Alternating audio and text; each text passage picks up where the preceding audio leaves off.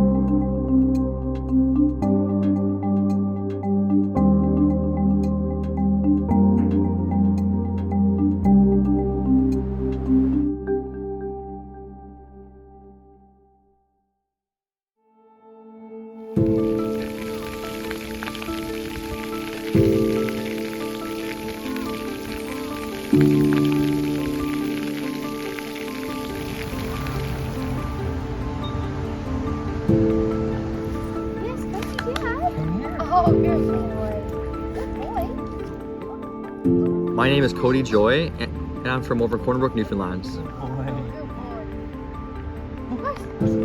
It was great to grow up over on the west coast of Newfoundland. I find it's more of like your kind of more outdoorsy, more adventurous place. You have all the skiing, rock climbing, hiking, all that kind of stuff.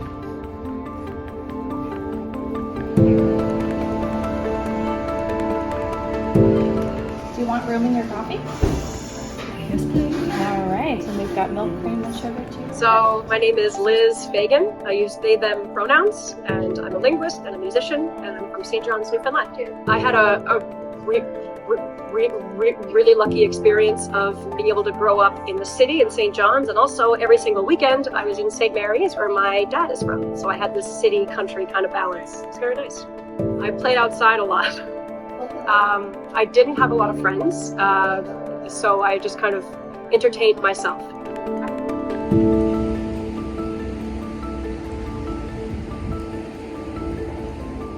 For almost my entire life, I found that I was always trying to hide the whole fact that I even had a stutter at all. And it was only actually recently that I found myself starting to actually try more to embrace that stutter as well. And so I have a much more kind of healthy relationship with that stutter now. All human experience that involves the interaction between two or more people, that is by definition always going to be communication. And this sort of idea of discommunication, it creates that whole kind of dichotomy of, oh, there is this other kind of form that actually exists counter to that kind of mainstream understanding of communication that, you know, allows us as a whole, as a society to camp people there. And that creates that kind of stigma and all that sort of thing. But in actuality, what I would say is that, you know, my form of communication is just as valid as everyone else is in the world. I really lean into discomfort. I really like talking about hard things, because then you take the power back from them. So I've been undervalued a lot. I had a really hard time being a linguist that stuttered. Well, a lot of people wouldn't take me seriously. They're like, well, you can't even speak English. How can you do French and Russian and Arabic? And I was like, well, I stutter fluently in several languages. I call it the look. Like when you're talking, it's like when you meet somebody and then you're talking away and you start stuttering and they kind of have this like, oh, you stutter. And then it renders the rest of that sentence absolutely void. It doesn't, because your stutter speaks more than what you're saying. I was at this local French bakery that was by my condo there downtown Montreal, and it was strange because I went up there, you know, and I did have this kind of moment of, you know, brief stuttering while I'll try and make my order for my beloved sourdough bread, and he basically was like, oh, you know, you have a stutter, do you? Like kind of thing, and I was like, very taken aback by that. I was like, I mean, yeah, is that not obvious as it is?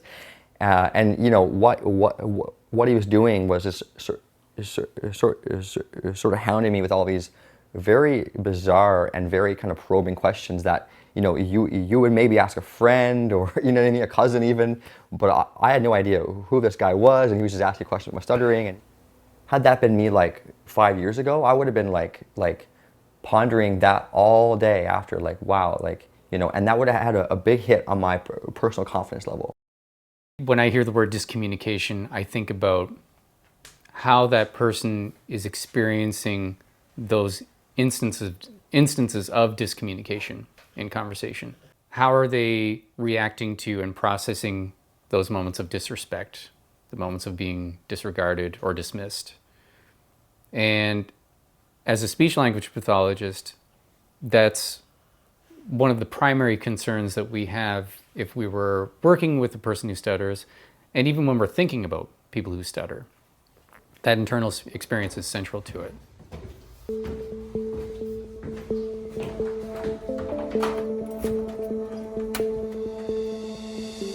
My name is Thomas Family, and I'm from St. Charles, Newfoundland. I moved to town for school. I'm in town going 26 years. Did you always have speech language difficulties? Yes, I was born like it. Oh, okay, yeah. My mom got it, so it passed to the next generation. First, I got it too. A lot of people bully me. Oh, really? Yeah. Yeah. Common names. but I need more thing. These are my two first cousins, and that me. They were at a function down in St. Charles. And this is my beloved mom to my mom is City Lease. We don't necessarily have a silver bullet yet in terms of what causes stuttering, but we do know that it's a combination of environmental, biological, and genetic.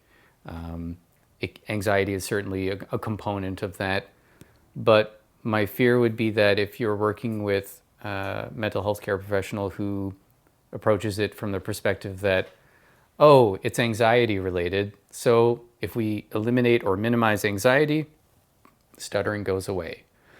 And so that's not really how it works. Anxiety is a component of the internal experience, and what we're trying to do is improve that internal experience of the person who stutters. So when do you find yourself to be stuttering? When I feel nervous, I do. Yeah. And is it just when you're nervous?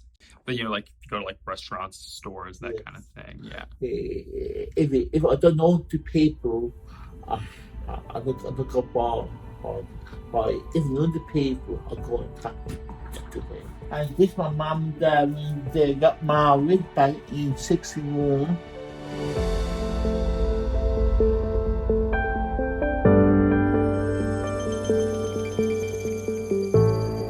I actually went my whole undergraduate degree telling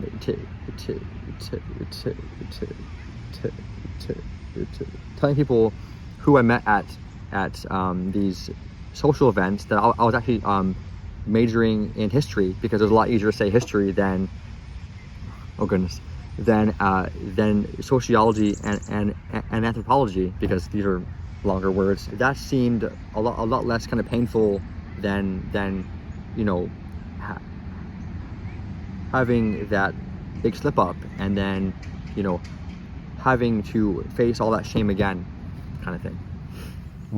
Most of my shame came from myself, actually.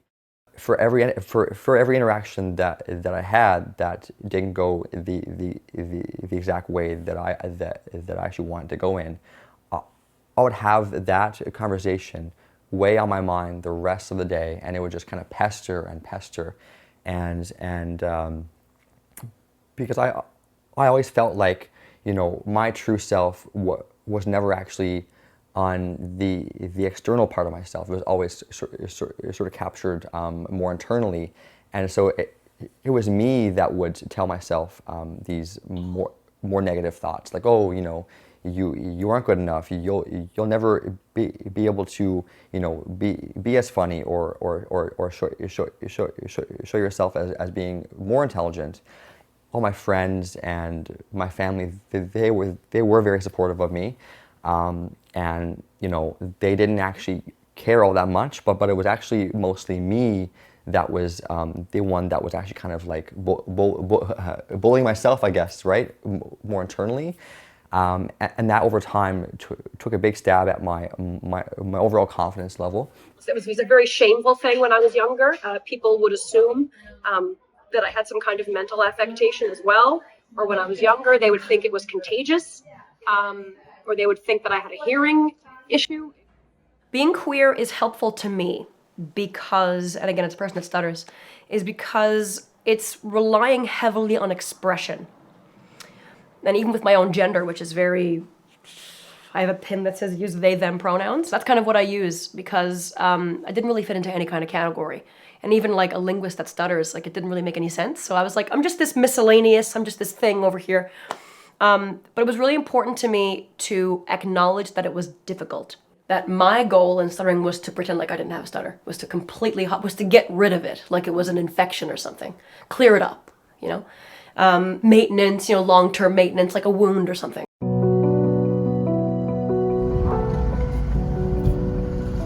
Good evening and welcome to Tim Hortons. Can I have a large deep tea with 2 milk and 1 sweetener? Sure, is there anything else we can get for you this evening? No, I'm good. Okay, that will be dessert in with. Come on up. Thank you. You're welcome.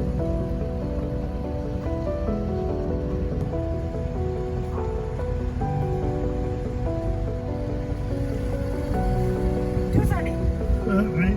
And, yes. Yes, please. I used it. I used it too. That's right, only every half hour. Yeah. Every Smarter than I am, seeming. There you go. Thank you. You're very welcome. You have a good evening. Thanks. So you were a stutterer all your life, right? Yeah. Yeah. Because how old are you now? I'm 65. 65. So you're saying you were a stutterer probably when you were 3 or 4 years old, Yes. right? Yeah. How do you know that somebody doesn't like it when you stutter? What do they look like? What do they do? Well, let's see. Well, I used to stutter, Yeah. and then the boys, no, even, well, it wasn't the boys, but the girls. Yeah. The girls would laugh. Yeah. Laugh and joke around. Make fun. Yeah. Make fun of it. Yeah. And that hurts. Yeah. Yeah, absolutely. What can I be doing to advocate for people who stutter to mitigate discommunication occurring on part of the person who doesn't stutter or doesn't have a communication difference? And so I feel that it can be really tricky as a clinician because we want to be doing both if we're going to address discommunication as a whole. As a speech language pathologist, Terry, do you feel that fluency is a bad word? You know, this is something I've been thinking about a lot lately because I've used the term fluency and I'm starting to get away from it now because I do feel that fluency can create this kind of black and white sort of binary way of looking at communication that is really unfair to those with a communication difference. In my experience with working with clients who stutter, it actually, we always find out that it's not actually about stuttering, it's actually about just living as a person who stutters and just finding a way to make that feel better and work better with their lifestyle in a way that they want to be living.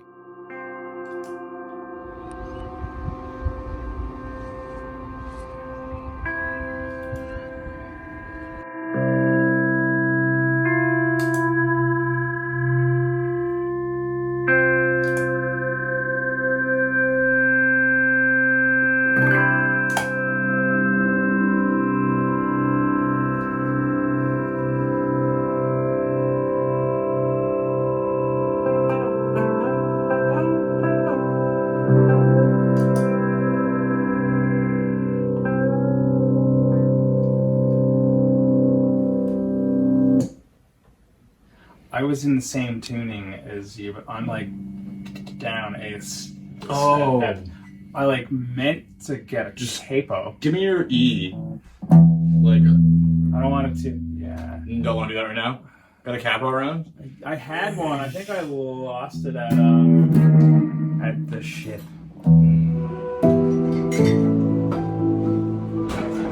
What were you gonna have? I actually put up some peppers and stuff and talk about salt. What salt? Not left. People that do stutter, we have every right to have any conversation that we feel like having, and there needs to be more space kind of made in society on the whole to allow, you know, our kind of version of communication, you know, to coexist with other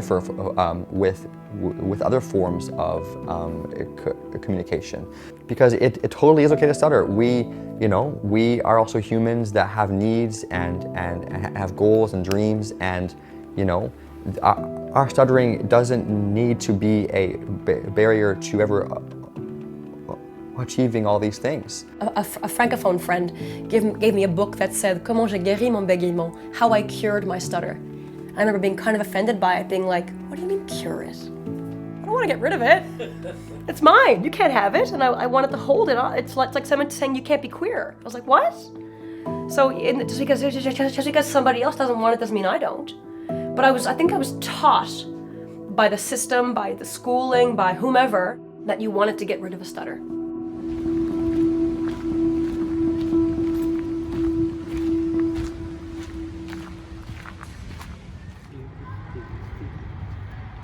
Hey, how's it going, buddy? Good to see you, man. You wanna play some frisbee? Let's do it. Yeah, let's go.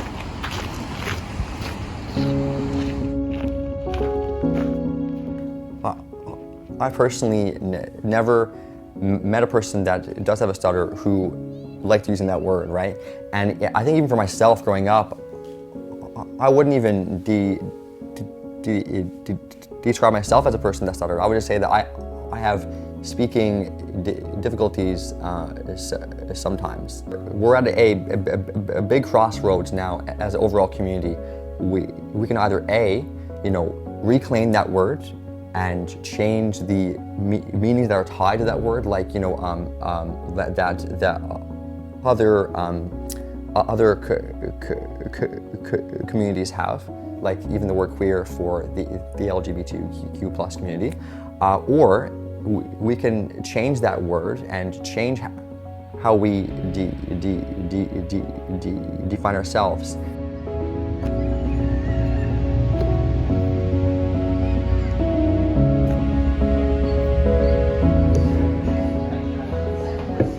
Do you think anything about your life would be different if you were never a person who stuttered? I would not be here in front of you. I wouldn't be a linguist. I wouldn't be a musician. Probably everything that manifests before you would be different. I might be some blonde in California. I have no idea what I could be. But me being a person who stutters has literally shaped every choice I've ever made in my life. I would tell anybody that stutters to trust themselves. I would say trust themselves. What you're feeling is real. What you're experiencing is real. There's no need to belittle yourself in a society that belittles you. So you need to be the one to lift yourself up. And that can feel really impossible. But you're the one that can do it. Definitely make one of your journey's goals trying to become more of yourself, because for so many years I've robbed myself of that. I didn't truly, like I didn't allow myself more space to show my true colors, to show fully and unapologetically who I am. And I feel like, you know, while I don't have any sort of regrets, I could have been, you know, I could have had a more positive experience overall. Maybe if I made that kind of my goal more sooner. Definitely strive towards just being more you and unapologetic. That's a hard word to say. and unapologetically you.